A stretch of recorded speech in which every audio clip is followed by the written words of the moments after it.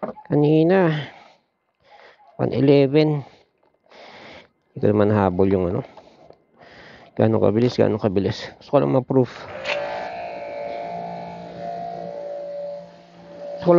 Yung ano, capability nito. Kasi madalas tinatanong ako sa parking lot, ganyan, stoplight, ano max speed niyan, ganyan. Siyempre, isasagot ko yung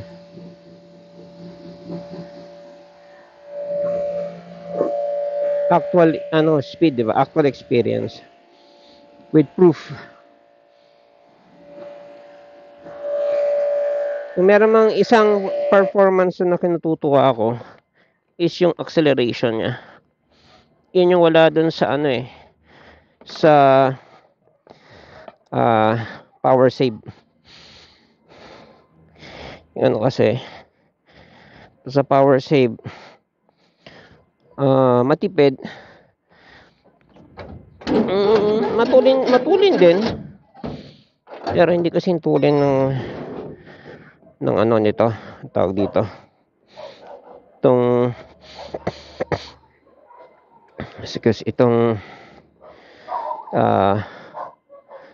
tawag sa ganito, itong WP. Ano ibig sabihin WP? Tawag lang nila dito is racing type pero yung actual meaning ng WP hindi ko alam.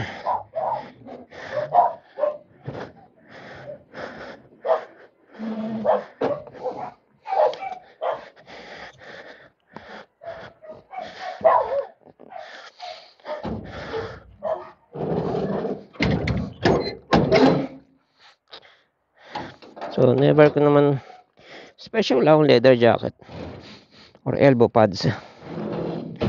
I'm sure yung elbow pads makakatulong, elbow pads, knee pads, ganyan, pero in reality may tendency kasi yun na mag-slip off. Nag-slip off nga siya ng suot mo nag-slip off nga. Gamit ko yun sa airsoft game. Nag-slip off nga yun sa airsoft game ito pa kayang siya slip off nga airsoft game yun pa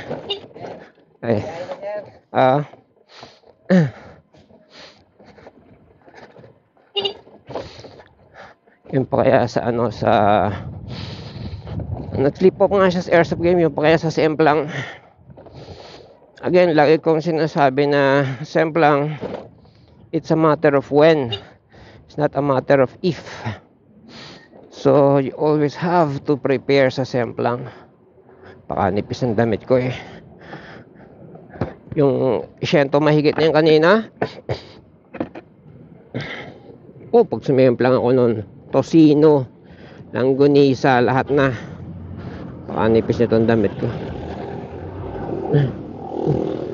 Parang malambot lambot ba? Ay, pampers lang pala. Pakanipis nito ang damit ko kailangan dito yung magandang pang malakasan na pantalon at damit pantaas. Palagi ka makakakita ako ng ganun sa sa tawag nun na sa ukay-ukay mura-mura, diba? Tiyagaan nga lang. Linisin mo lang. Ayoko na pala mag-ukay-ukay kasi dalasan na karoon ako ng buni. Ano man tawag doon? Ng kati-kati. Utsa mo! OMG. Karoon ako ng kati-kati. So, yung pantalon, tinapon ko na.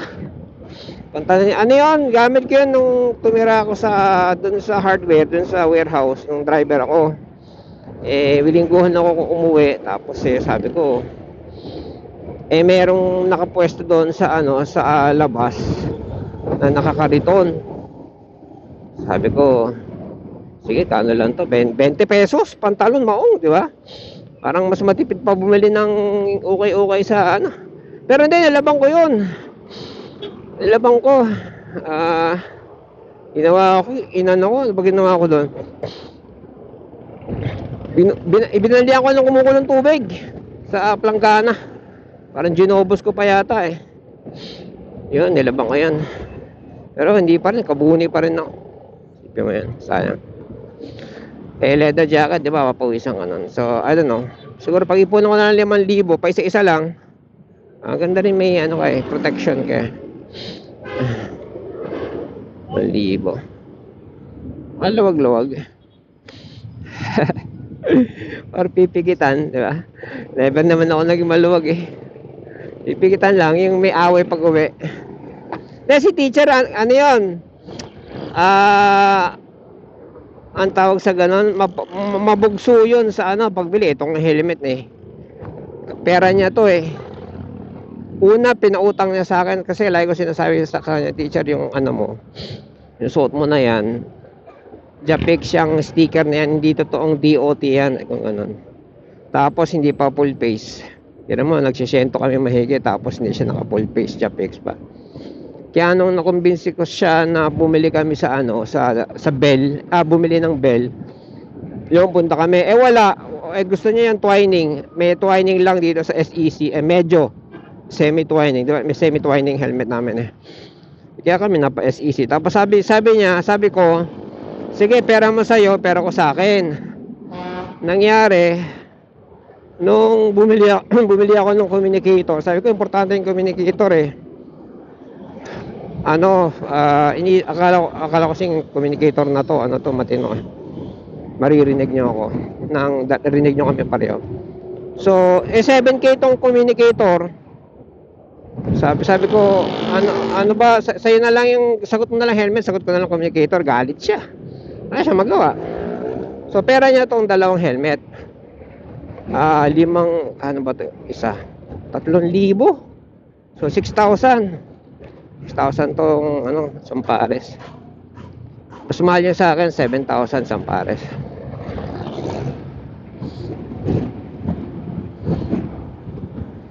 Yan, mga safety. Yan, kung gusto mo talaga magpapagpag lang, kung simemplang ka, yung leather jacket, leather pants, ganyan. Lalo na kung ako na minsan mainit sa silinyador.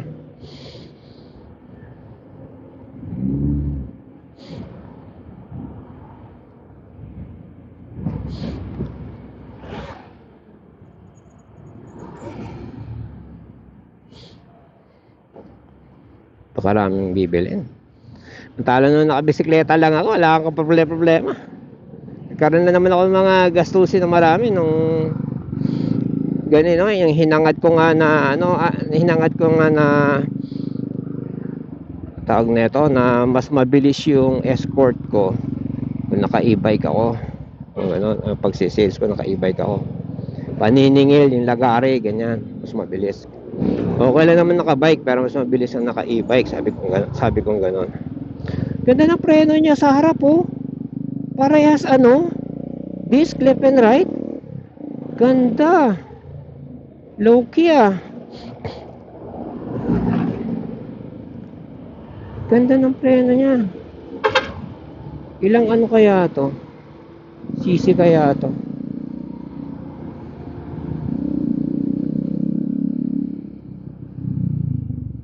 Ganda ng preno niya oh. Ipakita ko anong klase yung motor ah. Silipin natin anong motor to. Butik, mukhang high-end na motor ah. Low-key lang yung driver. Bristol. Kung ano man yung Bristol niya. Ano ba gawa Bristol? Ganda.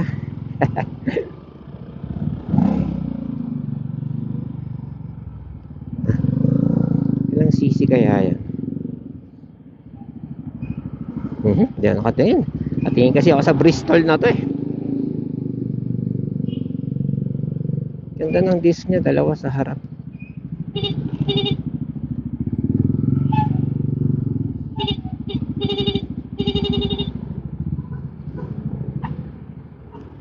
Paparamdam tayo sa bus. Sabihin niya,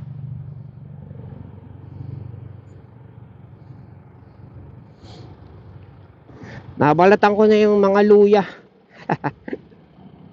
Mahal pala ng luya.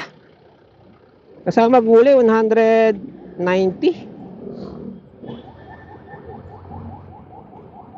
Mahal ng luya. Patay, hindi kasya rito. Iyan, sakto.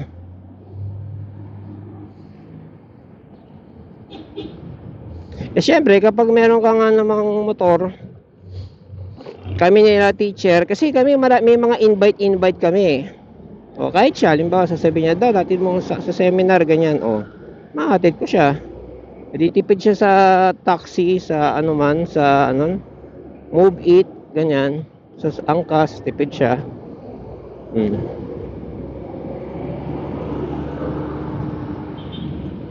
Tsaka mga invite namin na, halimbawa, may mga invite kami na hindi kami nakakapunta Like birthday, ganyan. Mga kamag-anak lang naman na birthday, ganyan.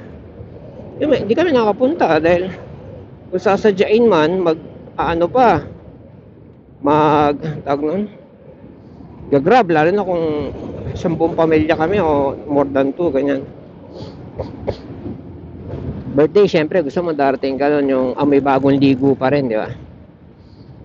Or kung rush na, ganyan, tipong rush na. Basta okasyon, gusto mo yung hindi amoy biyahe pag dumating, ganon. So, yung motor, okay lang naman. Ito, hindi ka naman amoy usok dito. Marami nagsasabi, yung mga motor daw ngayon, hindi, may nagsabi lang pala. Yung kanina, yung kapitbahay ko na nakamotor, yung bumating na sir. Sabi niya, hindi, ako, pag umuwi ako, di naman ako may usok. Sige, I'll take his word for it. Pero ako kasi before, yung motor ko, motocross, yung yung nasa gilid sa kanan, yung motor ko, ganon. Yun? Tawag na ito. Pag umuwi ako na, may usok ako. Ganon. Signal light pala ang kaliwa.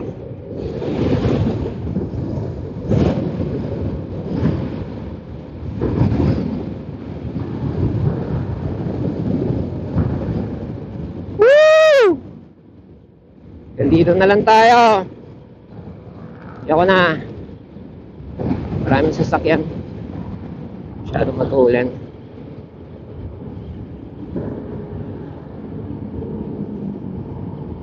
Sabi, lapad na ito.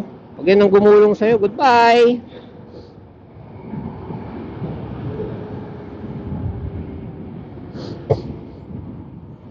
Sa cellphone ko, dami ko pala nakasave na video ng mga ganon.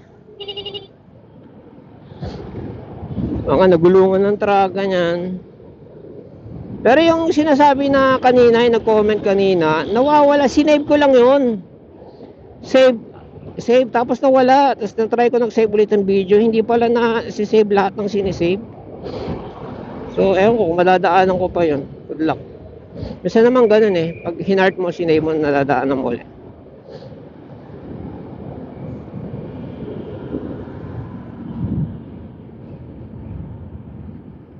Sobrang mga yung mga video ko, tawag na ito, pag in-upload ko yon sa YouTube or sa Facebook, ganyan, nagkakaroon ng ng notes, sabihin either hindi ito pwede. Sa Facebook sasabihin gagawing hidden, ganyan. Tapos sa YouTube naman either for adults, ganon, 18 only, ganyan. May mga note ganun. Kasi nga makikita mo actual na nagulungan, ganyan, actual na umailalim, ganyan.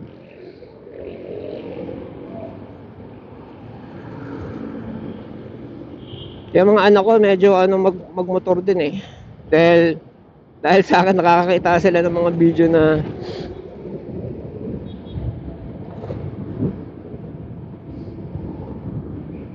video na disgrasya sa motor.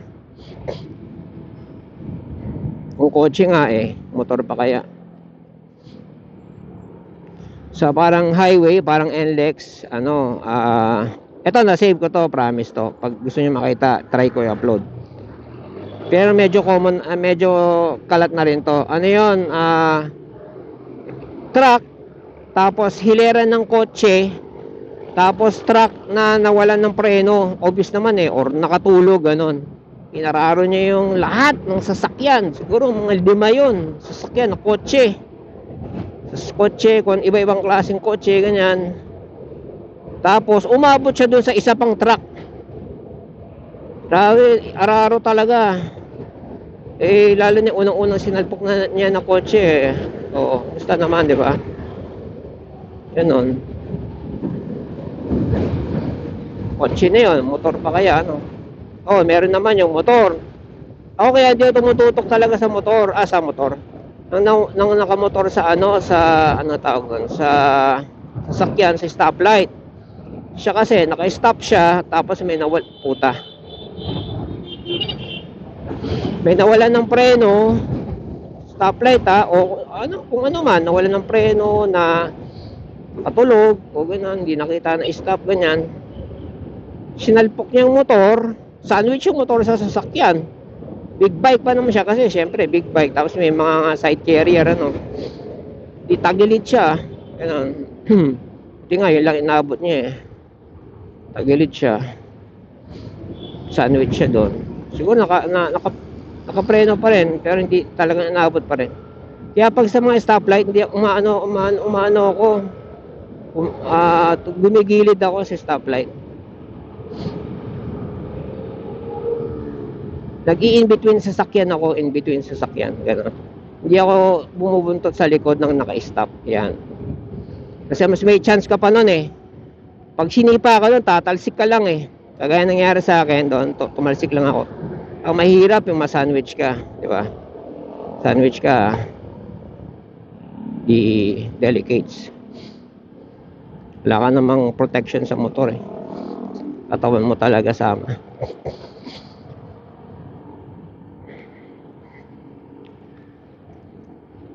Higpit na naman ang hawak ko eh.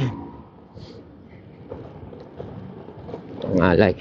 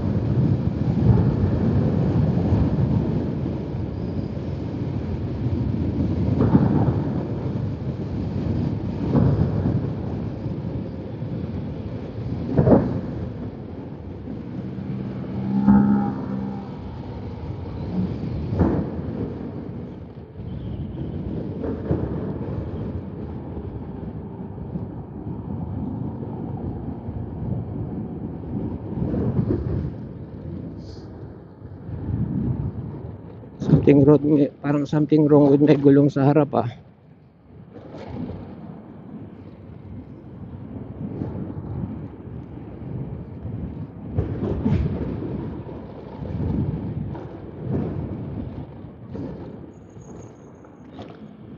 Ipin natin. Kalulubak.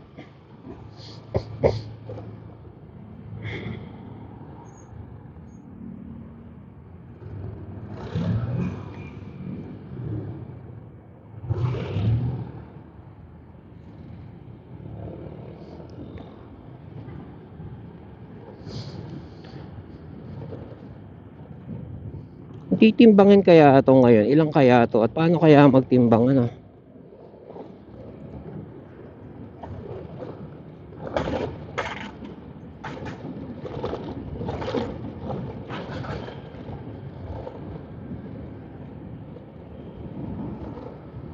Kasi kahit nung stock pa to, mabigat-bigat na rin to eh.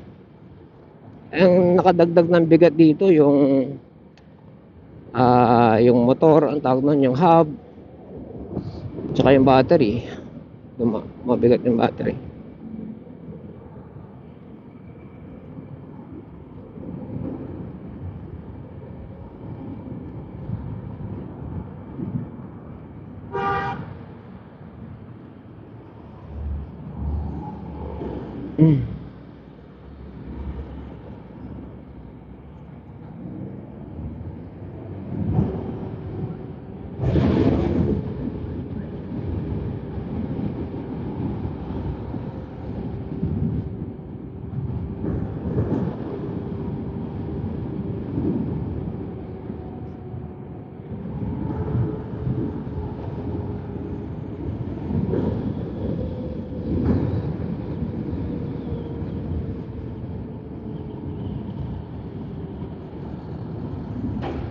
Iwan ko na pala yung relo ko.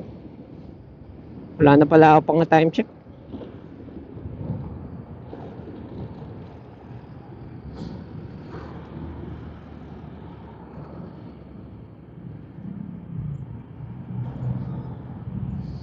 Yung relo kong original na nabili sa Quiapo sa bangketa Hindi naman ako allergy doon, pero lately ano na susugat na yan gumaling na nga kaya hindi ko muna sinusuot. Sinusuot ko sa kanan, ganun din. Yung parang strap niya, yung pang-ipit ng belt, pang-ipit ng strap, yun nung yun ang na ano yung balat ko, nalalapnos. Hindi ko muna sinusuot. Suotin ko nga yung isa yung green. Try ko nga yung kung hindi pag-uwi.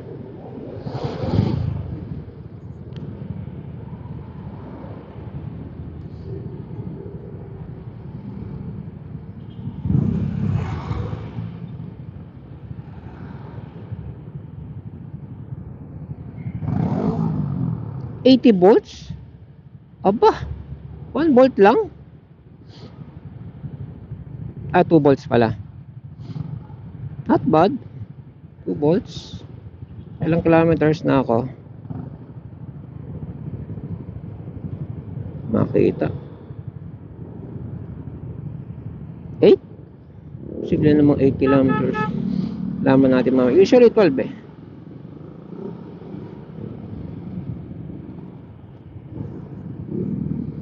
2 volts. Naka 2 volts na ako. Yung kanina nag 111 kph ako, naka 3 volts yata ako nun pauwi na konsumo ko. Samantalang papunta 2 volts lang. Hindi na rin pala masama.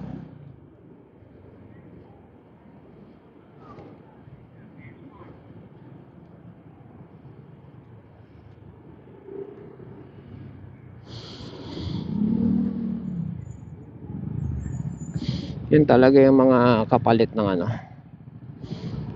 kung ikaw batteries o dati gas, kung gas nagbibilang ka ng tangke, litro, content, yan bibilang ko ng voltahe. Ganun. Siguro magkakaroon ka lang ng anxiety. Hindi naman ako wala nung anxiety kasi malapitan na naman Kung malayuan naman, ipaplanuhin mo lang. Wala, may macha-chargean ka. Lalo na pag first time. Kasi nung kami ni teacher, nakakapanood kami ng mga long rides sa YouTube na mga long rides yung binibiyahe nila, mga tipong Ilocos to bagay Ilocos pala malapit na tipong nagsasalita yung vlogger sabi niya 400 kilometers na ako from source from pinanggalingan, from bahay 200 kilometers na lang malapit na tayo sa destination. Biro mo 600 kilometers, yung tayo nun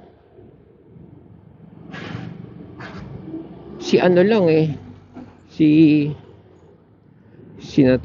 e-bike, biyaheng e-bike lang 240 daw ang max niya ewan ko lang nag-upgrade daw siya 240 kasi dalawa battery niya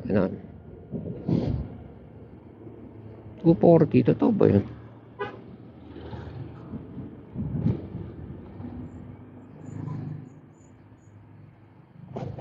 Anong oras na kaya?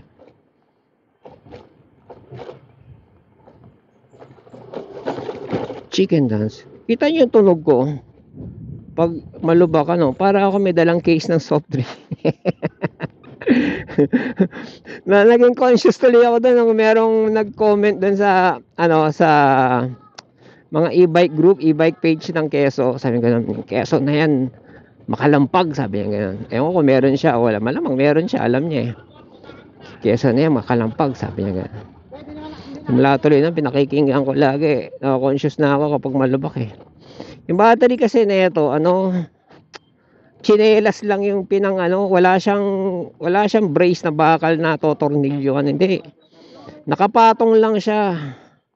Nagre-relay lang siya sa weight ng battery, tapos para wag umusad, nilagyan lang namin ng tinuping tsinelas. Oh, paano 'yon, 'di ba? Kaya siguro kung tapos ang dami mong kakalasin to get to the battery. So, kung talagang gusto mong tumahimik, paglalaanan mo yun ng panahon. O, siyempre, pera, bibili ka ng brace, ganyan. Bibili ka ng brace, totornilyohan mo. Kasi hindi naman perfect fit yung battery case nito, tsaka yung compartment nito, tsaka yung battery case yung battery. Ano ka talaga? May kukwentahan pala kami ni teacher. Ano kaya si teacher? Ano kaya principal? Sarado na yung room niya. Wala na siya.